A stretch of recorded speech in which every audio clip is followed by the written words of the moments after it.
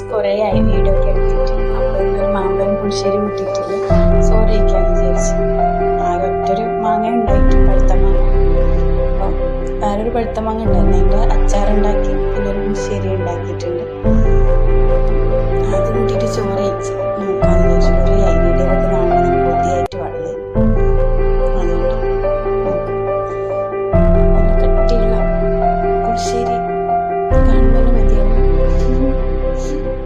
പിന്നെ നോക്കിയാൽ എൻ്റെ അച്ചാർ ഞാൻ തന്നെ ഉണ്ടാക്കിയത് കേട്ടോ. കടയിൽ നിന്ന് മേടിച്ചോണ്ട് നല്ല ഫ്രഷ് പഴുത്ത മാങ്ങ. ഒരു സ്പൂൺ മതിയോ? വേണ്ട, 2 സ്പൂൺ എടുക്കാം. നല്ല ടേസ്റ്റ് കേട്ടോ ഈ പഴുത്ത അതിൻ്റെ രുചിയും കാര്യങ്ങളൊക്കെ ആയിട്ട്. പിന്നെ ചിക്കൻ കറി ഉണ്ടായിരുന്നു, അത് ഇച്ചിരി മതി. എനിക്ക് വലിയ താല്പര്യമൊന്നുമില്ല ചിക്കൻ കറി. അതിൽ വെള്ളം കുഴച്ച് കഴിക്കാം.